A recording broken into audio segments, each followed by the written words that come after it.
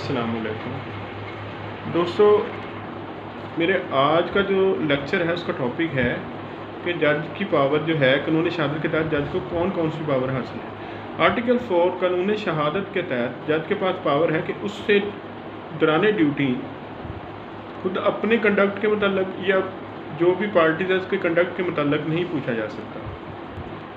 उसके अलावा जज के पास पावर है आर्टिकल 15 और 142 के तहत कि वो किसी भी पार्टी को मजबूर कर सकता है कि वो किसी सवाल का जवाब दे।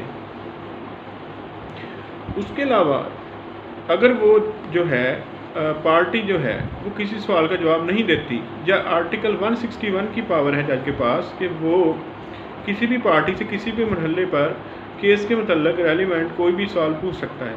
अगर कोई पार्टी अक्यूज़ या मुस्तगीस किसी सवाल का जवाब नहीं देता तो आर्टिकल 179 जो 179 पीपीसी सेक्शन जो है उसके तहत उसके ख़िलाफ़ कार्रवाई की जा सकती है, क्योंकि वो जज एक पब्लिक सर्वेंट है बामुताबिक तारीफ सेक्शन 21 की थर्ड जो है उसमें यह है कि जज भी एक पब्लिक सर्वेंट है। तो पब्लिक सर्वेंट अगर कोई सवाल पूछे और अगर कोई बंदा जवाब ना दे तो 161 के वो जो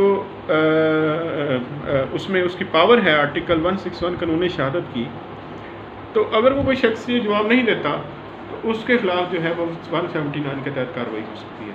उसके बाद है कि जज जो है वो किसी भी शख्स के से कोई भी डॉक्यूमेंट जो है वो तलब कर सकता है।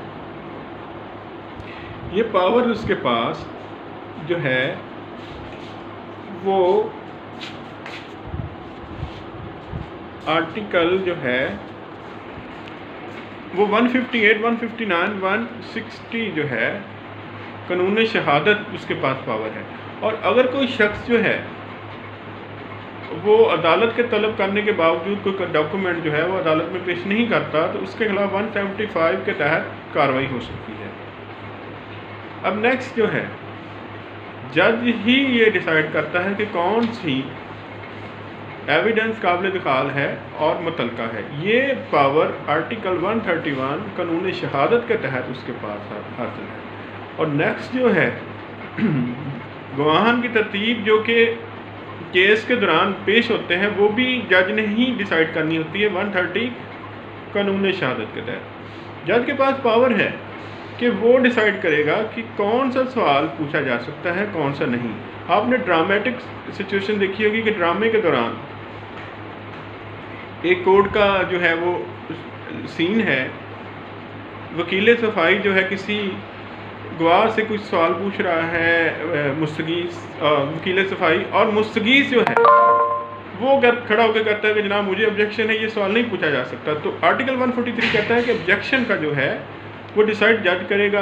आपने देखा होगा कि उसमें जज कहता होता है कि ऑब्जेक्शन ओवर रूल। तो वो अगर हम इसको रियल लाइफ में देखें तो आर्टिकल 143 कानून शहादत के तहत ये पावर जज के पास है और जज ही ये डिसाइड करेगा आर्टिकल 144 के तहत कि कौन सा सवाल पूछा जाना चाहिए और कौन सा नहीं, और कोई भी जो सवाल है वो बगैर किसी वजह के नहीं पूछा जा सकता।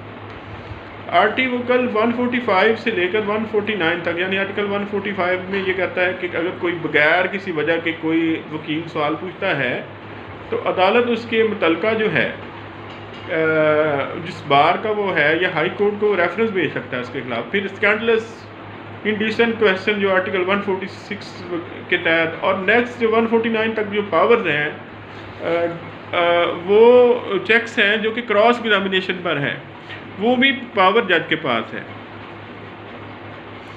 अब उसके अलावा जजेस के पास ये पावर होती है कि केस के दौरान जो है वो 150 के तहत जो है अदालत, क्योंकि ये भी एक डिस्क्रिशन पावर होती है कि अगर कोई गवाह जो है वो इस जो है वो सच्चाई जो है उसको छुपा रहा है तो अदालत जो है वो जिस पार्टी का वो गवाह होता है उसको उसकी दरख्वास्त पर आर्टिकल 150 कानून शहादत के तहत उसको होस्टाइल जो है वो करार देकर उसकी पार्टी को ही जिसने उसको पेश किया होता है उसको जो है वो इजाज़त देता है कि वो उससे सवाल पूछे।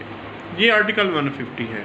अब नेक्स्ट जो इसके बाद जो है کہ آن اوتھ جو ہے وہ پارٹیز اگر یہ کہے کہ ہمارا فیصلہ آن اوتھ ہو تو ججز جو ہے وہ دونوں پارٹیز کو کال کرے گا اور ان پارٹیز کو پوچھے گا کہ آیا آپ جو ہے وہ اس کا اوتھ پر فیصلہ چاہتے ہیں. تو یہ ساری پاورز ہیں جج کے پاس جو کہ قانون شہادت کے تحت اس کو حاصل ہے. Thank you very much.